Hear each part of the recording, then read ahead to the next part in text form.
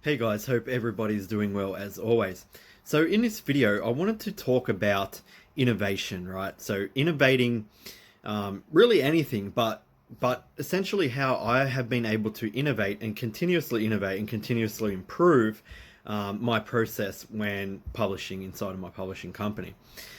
Now, many years ago, I asked myself a question.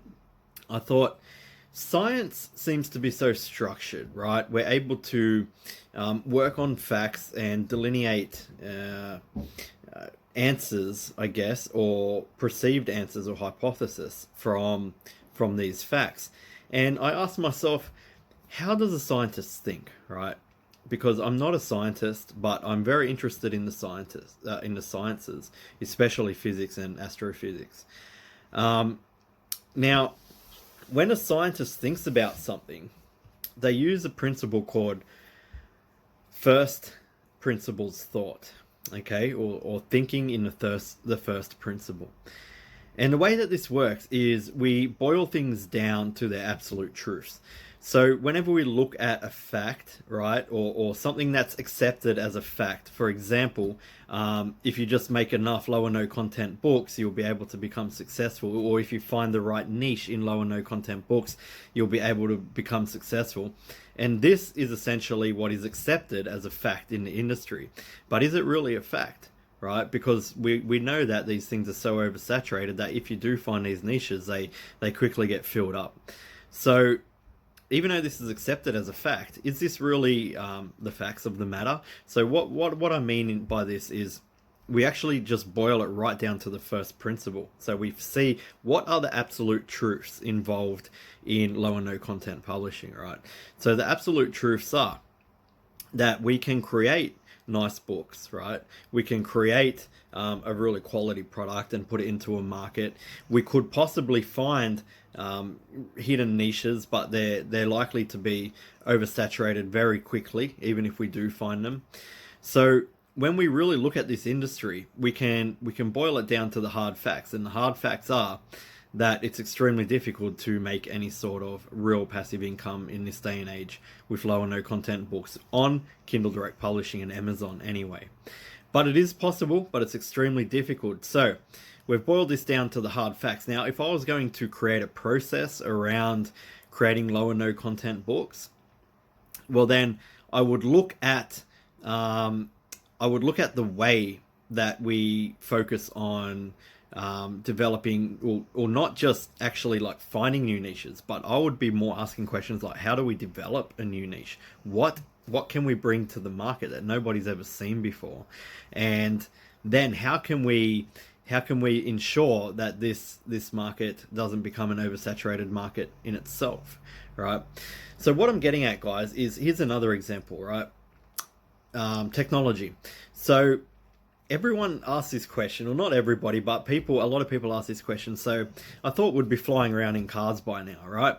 Well, what we actually fail to perceive in this matter is we do have flying cars. They're called aeroplanes, right? So we're talking about function here.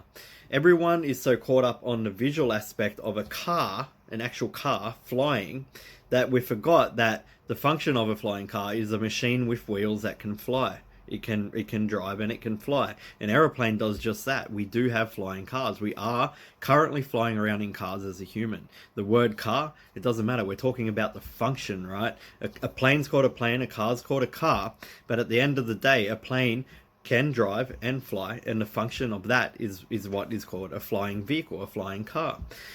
So in other words, what I'm really getting at here is if you're able to, instead of just try to build on what is perceived as known facts today. So if you watch a bunch of YouTube videos and then you see, oh, that's how they do it. Okay, that's how it's done. I'll do it that way, and I'll just try to improve on it a little bit.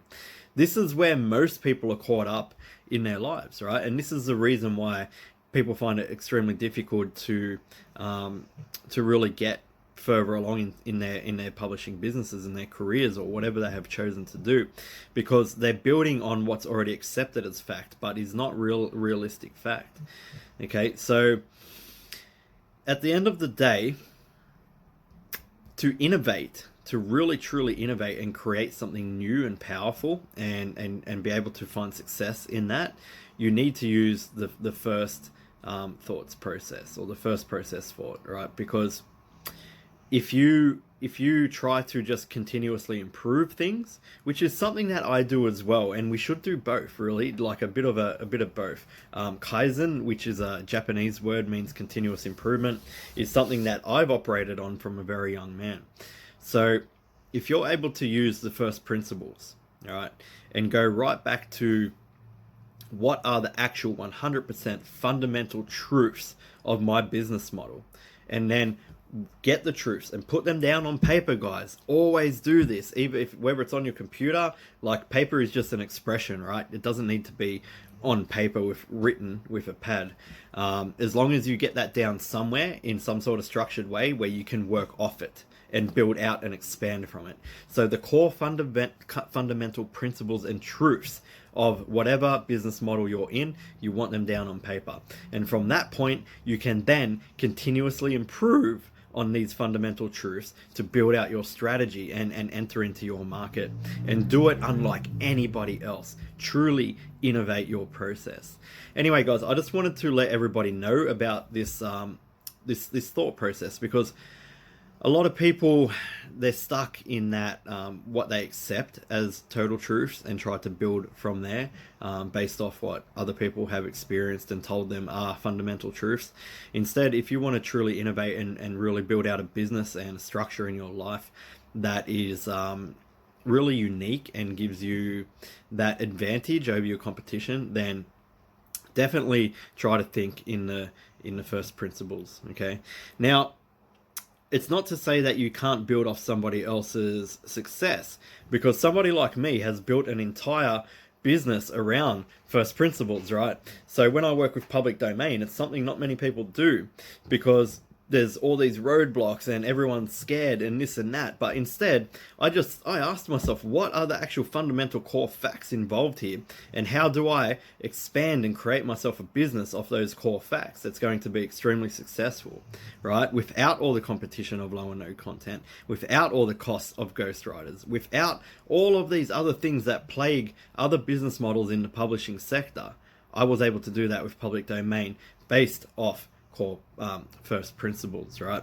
So when you work with somebody like me inside of my program, you're already working with a structure and a strategy that is based off this. And from what you will know as absolute facts from what I tell you, then you can look at that as your absolute facts and your core principles, and build out from there and innovate your own process into the market. Isn't that something fantastic, right? Wouldn't that be amazing that you could innovate something like that and create something inside your life that could be so extremely successful and so rewarding, because you took what I have built based on first principles, and you were able to use that now, right? This is how humans expand in knowledge as well.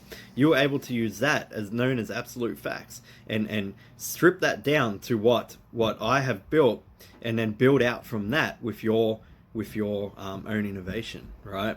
So I would never suggest to do that on a different type of strategy that hasn't been first created through the core principle, the first principles model, right?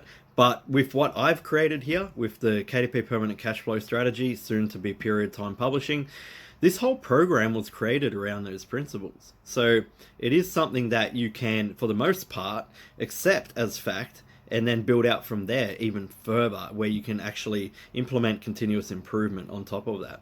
Anyway, guys, I just wanted to again drop this video and probably just really help you guys to think a little bit more outside the box.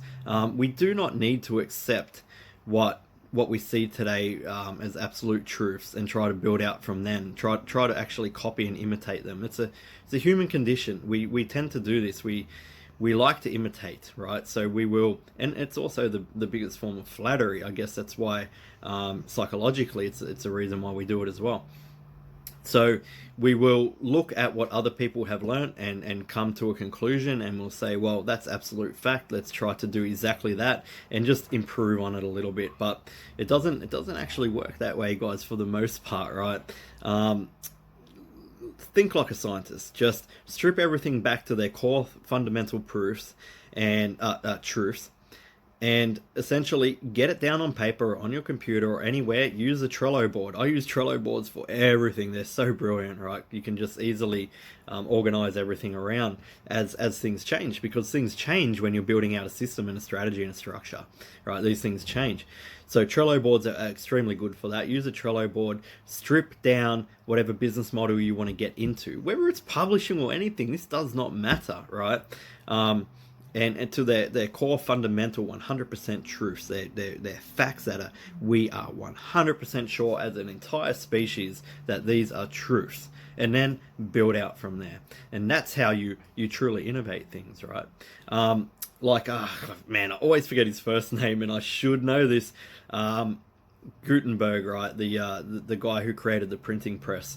I should know this. I always forget his first name. It always eludes me, no matter what, no matter how many times I say it.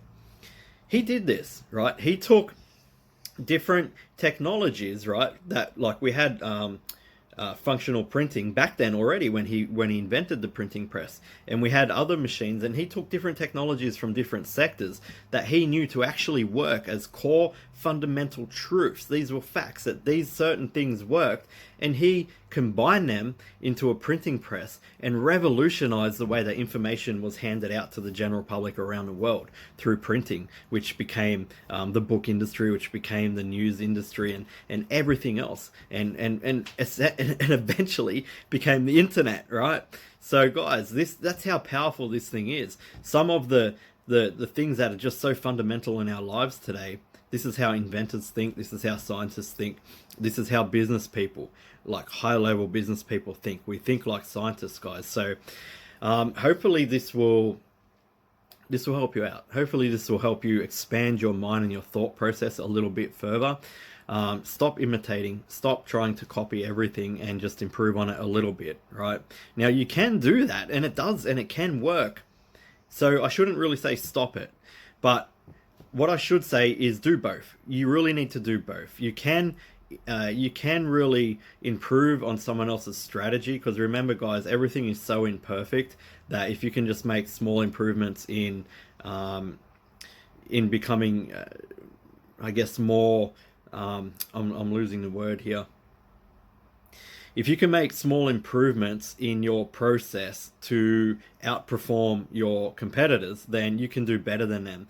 But why would you want to just do better than them when you can just phenomenally dwarf them, right? If you strip it back to the bare bones, your core fundamental truths, use the first principle thought process, and build out something so innovative that nobody will be able to catch up to. That's the way to truly change the world, right? Change your world, and then the world.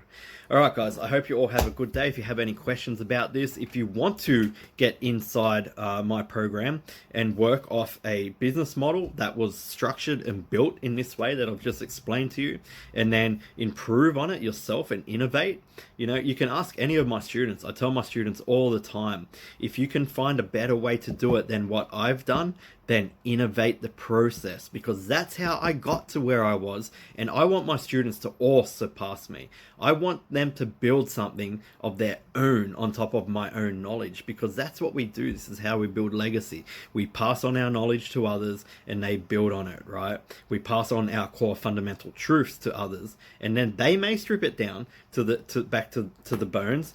And there's a lot of truths already there, right? So they'll discover, 90% of this is already truth. So 10% I will innovate on, right? And then I'll further continuously improve from there. So this is the way that we do things, guys. This is the way scientists think. This is the way philosophers think, and a lot of high-level different people throughout history.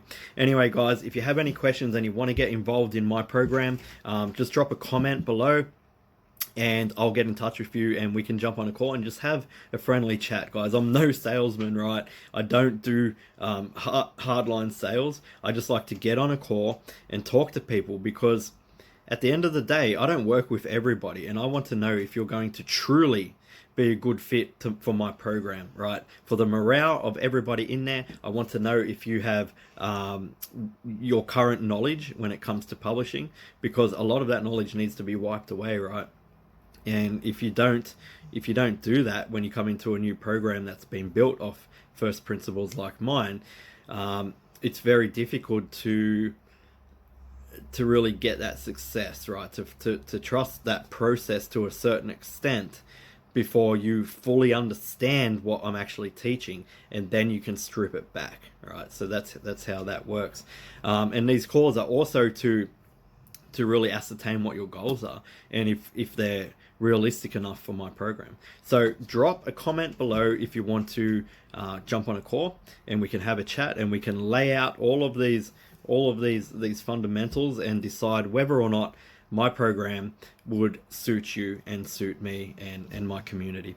All right, guys, I hope you all have a good night. Sorry that this is a 16-minute video, but I rambled on a little bit there, but hopefully I got my point across. You all have a good night.